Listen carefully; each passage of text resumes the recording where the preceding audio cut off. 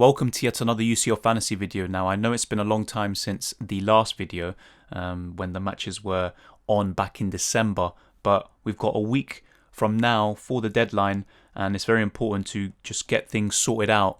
And this is just the first draft I've come up with, and hopefully you can take some ideas from it, or maybe you can have some suggestions for me as well. But this is not going to be the finished article. That's why it's a first draft. There will be changes, and a quick disclaimer: everyone here isn't highlighted in terms of injuries or whatever. But Jota, for example, he is still out. He's back in training, I believe, not full training, but he's expected to be back within the next few weeks. And if he is fit, he is someone I would like to have in my team. But I have to say, I'm not entirely sure if he will make it. And if he doesn't, then I will be looking for replacements elsewhere. But before I discuss why I've got these players in front of you, I want to discuss a few things which are very important, because I always get these sort of questions. So go to the rules section of UCL Fantasy, whether it's the website or the application, and there's these questions I'm always asked, and obviously I answer them, but just so anyone who's watching this video who's new maybe to UCL Fantasy or to the channel, just to make things clear. So in terms of number of players per club, in the group stage you could have up to 3 players from the same club, but it increases as that team goes through in terms of each round. So in the round of 16, which is where we're at right now, for the next 2 legs, 4 players are eligible in terms of from the same club. Then it increases to 5, then 6, and then in the final it will be 8. So you have 8 from one team and 7 from the other.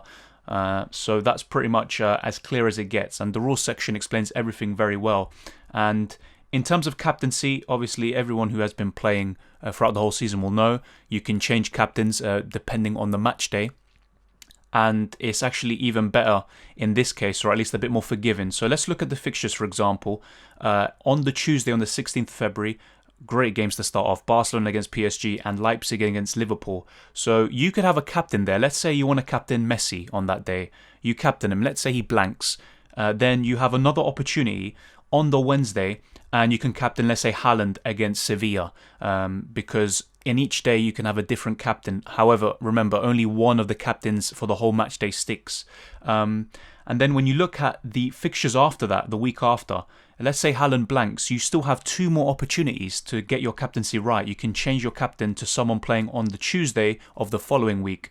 So let's say in this example you want to captain Lewandowski against Lazio. Very, very good choice that would be, I think. And then let's say he blanks as well. You're not really getting any luck. You've got yet another opportunity. You got Man City against Borussia Mönchengladbach. You can captain Raheem Sterling, for example. So in terms of captaincy, you can captain one player on every single day, but remember, obviously, when you move the captaincy, the points that they gain from the captaincy will be lost if you change it. But you don't necessarily have to take them out of your starting lineup, and that's something I learned last year. I thought you had to, but no, you don't. So hopefully that makes things clear in terms of the captaincy. Substitutions, some people might play the game, but they don't realize between each day. So as you can see here, which when we were talking about the fixtures, there's a substitution window. So what that means, between every substitution window, you can make changes to your team. So if you have someone who's got 0, 1 or 2 points, and you've got players on your bench who haven't played yet, you can bring them on, and those players who blanked will be on your bench. But just something to bear in mind with your bench: always make sure that you don't have players who are going to play on a certain day. So let's say, for example, going into the Tuesday of the first, obviously, the first set of matches of the first leg, you do not want to have any Barcelona, Paris Saint-Germain, Leipzig or Liverpool players on your bench. You want them all starting. I do believe that if some players don't play or whatever, then they will be auto-subbed, but you don't want that. You just want them starting, and then you manually substitute, and you have more control of your team, and you have a better chance of obtaining more points. So hopefully that makes it all clear. And one more thing I wanted to point out is making transfers, and this was something I was asked even in my deadline stream the last time I did a UCL Fantasy stream for the match day 6 matches, and it's very, very clear. So obviously we have unlimited transfers right now, but after this deadline passes, between the first leg and the second leg, we'll be able to make free transfers, and that's a bit different to the group stages where you had 2 free transfers per week. So hopefully that makes it clear to you. And then when we approach the quarterfinals, we'll have up to 5 for the first leg. The reason being, obviously, is because a lot of teams are eliminated, so they give you a few more transfers to fix your team in that way. And then for the second leg, same thing. For the quarterfinals, free transfers. And then the exact same for the semi-final, both legs, 5 and 3. And for the final, you get 5 free transfers. Obviously, if you have a wild card, you are probably able to take more risks. You can have a lot of players from losing teams who might get a lot of points, but in the end they're knocked out and you don't want them. So it gives you more options. So hopefully that makes it all clear. And if there are any further questions, then leave them down in the comment section and I will get back to you on that. But thank you for everyone who puts in these sort of questions. And it's important to know all these sorts of things. You are prepared in the best possible way. But now onto my team. I've got obviously some very interesting picks in there, and I'll be explaining some of the ones that I just really wanted to have in my team. But we'll start with the keepers. Nothing's fancy. Keller obviously actually played recently against Brighton, I believe, for Liverpool, and he's actually done pretty well when he's been in the Champions League. He even got a clean sheet, but he's literally, if I'm being honest, he's only there because of his price. I'm only starting him just in case, Alisson gets injured, and to be fair, he does get quite a lot of injuries and illnesses and stuff like that. So he's just there. Maybe I'll change it, but not really too bothered. And with the amount of money I wanted to put elsewhere, pretty happy with having Keller. But the main keeper is Wojciech Szczesny, the former Arsenal man. And Porto's a good fixture. It enables me to have Juventus cover in defence. So fairly happy with this. Juventus aren't particularly great defensively though. So I might end up changing this. Only 2 clean sheets from 6 games. Or 5 games, should I say, for Szczesny. So yeah, I'm not too sure about this guy at the moment, but we'll have to wait and see. Szczesny is here at the moment, but the keepers are probably, the most susceptible to change. When we look at my defense though, probably very, very set. So I look at Christian Romero, and I'll be honest, when I look over my whole team, I expect most of these players to go through. With Atalanta, not so sure. I mean, it's between him and Casemiro, who I also have. But this guy is a monster. The amount of ball recoveries he makes, and he's someone I highlighted. I brought him in ahead of Matchday 6. One of my better transfers this season, in an otherwise pretty average one. This guy, he gets clean sheets, he gets these ball recoveries. He's even got goal and assist potential. This guy is very, very good. And yeah, even if he gets knocked out for these 2 games, could be 0 clean sheets, but he could still get at least 5 points or more. Really like this guy. Obviously, if I find an alternative that I prefer, then I'll go for him. But Christian Romero, so long as Atalanta stay in the Champions League, he is one of the best defenders you can get. This guy, Jules Koundé, pretty mixed bag season, but he ended it very strongly. Happy to have had his points for that. And he was someone I highlighted from the beginning, but he didn't deliver. He got 1 clean sheet. Obviously, the first match I think he missed because of COVID. He had a disastrous performance, especially UCL Fantasy wise, against Krasnodar. Then pretty mixed bag after that, but he ended it pretty strongly. And now he's got Dortmund.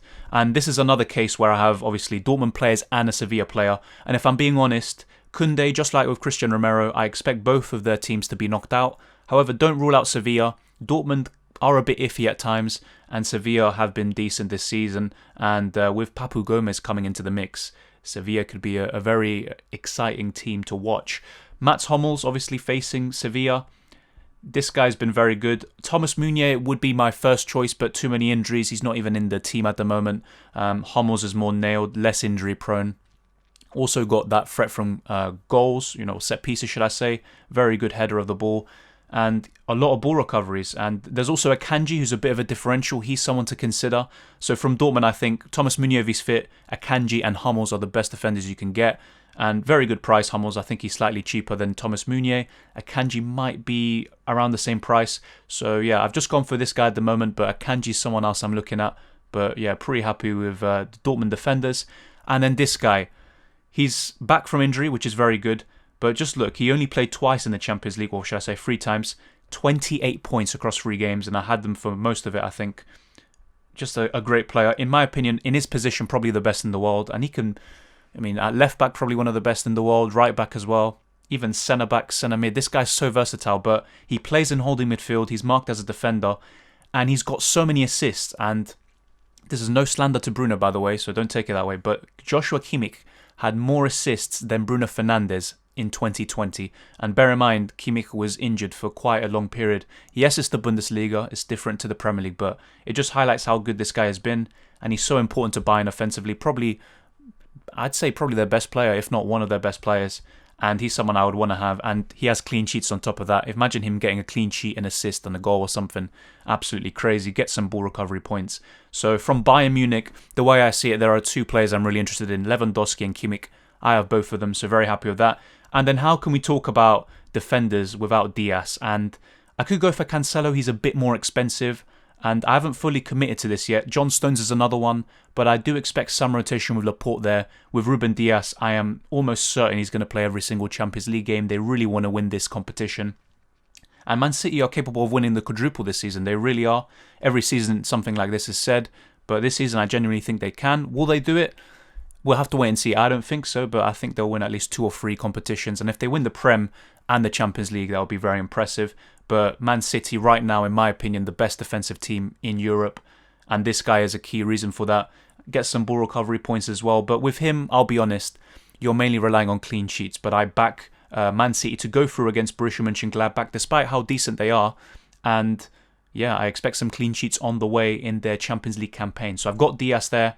And in terms of the midfield, I mean, we'll just stick to the same team. İlkay Gündoğan, what a revelation this guy's been in FPL. In UCL Fantasy, he's always done pretty decent, especially in the group stages. I noticed that. He gets some goals, and he tends to play this more advanced role, which he doesn't in the Premier League. But now he's doing that in the Premier League. So he's someone I'm very interested in. And pretty cheap as well. So yeah, İlkay Gündoğan, if he can continue that Premier League form into here, yeah, we have a very good play on our hands once again. Casemiro, I already discussed. I do expect Madrid to beat Atalanta, but Real Madrid are so inconsistent, so hot and cold. So it wouldn't surprise me, but either way, I've got one player from each team. So if I do stick with this, I wouldn't be too bothered. But with Casemiro, you're mainly relying on ball recoveries. Doesn't really offer too much else, but maybe from time to time can get a goal. In the round of 16, I remember a few years ago, he scored an amazing goal against Napoli in a 3-1 win or something like that. So he's got that in his locker, but he's just here for now. And I'll be honest, probably one of the picks that I'm not so sure about overall. He started very strongly in the UCL Fantasy campaign, and I was talking about him being one of the best options at his price. He hasn't really delivered since then, especially with injuries and COVID I think he had, so something to keep an eye on. My free midfielders at the moment, Diego Jota, as I already discussed before, he is still injured, but UCL Fantasy, they, unlike FPL who update their game immediately, UCL Fantasy wait until close to the deadline, then they'll start updating, but Jota's been injured for months, we all know this. So keep that in mind. But I've got him in, and if he is fit for Leipzig, having 2 Liverpool attackers I think covers them pretty well. However, maybe going for Liverpool assets, maybe not the best idea, especially against a good Leipzig team. I expect Liverpool to struggle a bit there, but if Liverpool recapture that form, then Liverpool could still go all the way in this competition. That's the way I see it. Mohamed Salah, he's my captain at the moment, but not because I trust Salah that much, or Liverpool, because I'll be honest, I don't. But as I already discussed before, the reason is the fixtures. Liverpool play on the first day, and Salah will be my captain for that if I do keep Liverpool players. So that's the reason why I have Salah captain. Then I'll change it, and I'll discuss my other captaincy options after delving into the rest of the players. Cuadrado, as you can see, at the moment I'm on triple Juventus. Cuadrado I'm actually quite happy about, and if you actually look at his points totals, he's doing very, very well. You know, a lot of assists. And I think Pirlo's he's gotten the best out of Cuadrado, and he seems pretty nailed. 5 assists in the Champions League, that's very, very impressive. And from Juventus, I'd say him, Cristiano Ronaldo, obviously, Morata. I think those are the best options you can get, and maybe Danilo.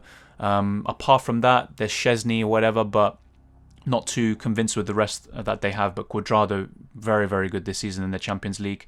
And looking at my strikers, Morata, he can be very hit and miss. He can be very frustrating to own. He pretty much scored a hat-trick of disallowed goals against Barcelona. But this guy's already got 6 goals. He's doing very well. In the Serie A, he's been doing all right. But Porto, good fixtures. Porto are a decent team, by the way. But I do expect Juventus to win, and I expect Morata to do something there. And for his price, one of the better assets you can own. So Morata is in. Lewandowski, not much more needs to be said. He's been a bit underwhelming this season. He started off with 2 blanks, then he did well, and then he was rested pretty much for the last 2 games because Bayern cruised through their group stages. But still 3 goals, and he hasn't even played that much. So yeah, Lewandowski, 3 goals in 4 matches. I mean, poor by his standards, but still a great player, great captaincy option, and Lazio is a good fixture. Lazio are a decent team, but defensively, they concede a lot of goals. So I do expect Bayern to go through there quite comfortably with maybe 5 goals across both games. But we'll have to wait and see. You can never rule out any team. And finally, probably the best I nearly said FPL, UCL Fantasy asset this season, Erling Haaland. 4 games, 4 returns. Then he got injured, and I remember Matchday 5 was a nightmare for me because I changed the captaincy to Haaland, and he ended up being injured. Last minute news came that he got injured, which was a big blow. But this guy's been so reliable. Whenever I needed a captain to deliver, this guy has been it. Similar to Lewandowski last season and Haaland himself. Just so consistent. Obviously, he just came back from the injury. He hasn't been as consistent, but once he's back fully fit, this guy's one of the best players you can own. And from Dortmund, he's definitely the standout. There is Jadon Sancho as well. And there is obviously the defenders I discussed, but Haaland is the target. He is the talisman. He is pretty much the best player there by far. So that is my team right now. In terms of the captaincy, so Salah will be my captain for the Tuesday if I do keep things as they are. And looking on the Wednesday, I think it will be quite clear Haaland would be my captain on the Wednesday if Salah blanks. And moving on to next week, Lewandowski's the clear captaincy option for Tuesday. And for Wednesday, a bit tougher, but maybe I would go for Gundogan or for Ruben Dias, I think. I wouldn't captain Cristiano Romero, I think. I mean, there's a possibility, though. I wouldn't captain Casemiro for sure. So, yeah, it would have to be one of the City players and maybe Ruben Dias or İlkay Gundogan. But that's if I keep things as they are. There may be changes. Like I already mentioned, I might change one of the keepers or both of them. And apart from that, Diego Jota, depending on his injury. The rest of it can be quite nailed, but still, it is subject to change. Some of these players will definitely be in it, but we'll have to wait and see. It's all circumstantial. But thank you for watching this video. If you enjoyed it, smash the like button and subscribe if you're new around here. What do you think of my first draft team? What would you change? And how is your team looking at the moment? Who will be your captains? Let me know about all of that down in the comment section below. And I appreciate everyone who has joined in. And there'll be more UCL Fantasy videos, including live streams and FPL content on this channel. So just stay tuned. And I hope you all have a great week. And enjoy UCL and also UCL Fantasy. You get the points that you want. Same with FPL. And I'll see you next time.